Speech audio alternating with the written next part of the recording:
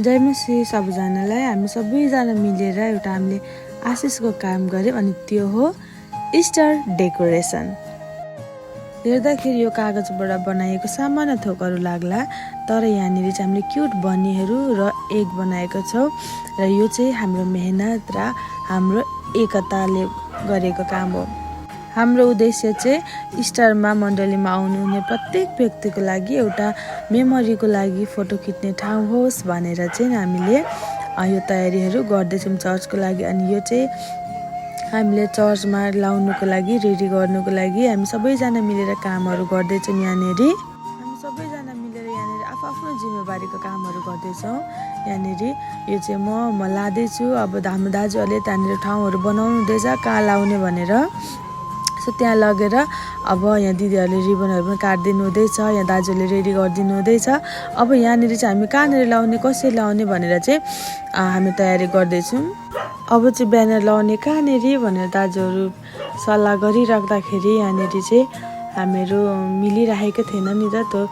त्यही भएर भाइ र दाजुहरूले चाहिँ ब्यानर लाउनुको लागि मिलाइराख्नु भएको छ। अनि हामीले खासमा यसरी फोटो खिच्ने ठाउँ बनाएको हो कि यो चाहिँ। अनि यो बनाएको एगहरू चाहिँ यसरी राख्नुको लागि हो कि खासमा फोटो खिच्ने अगाडि बनाउनुको लागि। अनि हामीले काम मात्रै गर्दैनौँ, हामी त रमाइलो पनि पो गर्छौँ त। काम गर्दै गर्दै हामी त रमाइलो पनि गर्छौँ, हाँस्छौँ पनि होइन।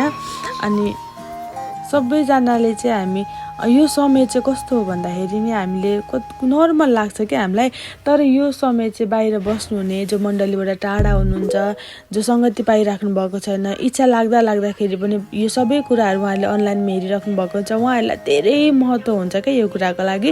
अनि हामी चाहिँ मण्डलीमा छौँ, हामी उपस्थित हुन सक्छौँ, हामी परमेश्वरको काममा केहीमा पनि हामी आफ्नो सहभागिता दिन सक्छौँ भनेदेखि चाहिँ कहिले पनि नाइ नभनौँ। किनभने यो युवाको समय नै, यो अवस्थामा नै हामीले 100% हाम्रो समय परमेश्वरलाई दिनुपर्छ, ताकि उहाँले हाम्रो निम्ति जुन विजय हासिल गर्नुभएको छ त्यसको लागि हामी पनि परमेश्वरलाई केही दिन सकौँ। इस्टर भनेको चाहिँ यो केवल डेकोरेसन होइन क्या, यो त हाम्रो आश हो क्या। यो हाम्रो आशाको सन्देश र हाम्रो नयाँ जीवनको सुरुवात हो। यो चाहिँ येशू ख्रीष्टको पुनरुत्थानको विजयको सन्देश हो।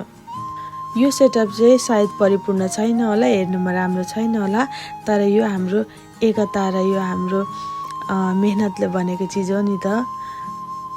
अन्त्यमा यो इस्टरमा तपाईँहरूको जीवनमा पनि नयाँ आशा, नयाँ प्रेम र नयाँ जोस आएको होस्। सबैजनालाई शुभकामना दिँदै ह्याप्पी इस्टर भन्दै हामीले डेकोरेसन गरेर कस्तो भएको थियो भनेर फाइनल तपाईँलाई देखाउँदैछु।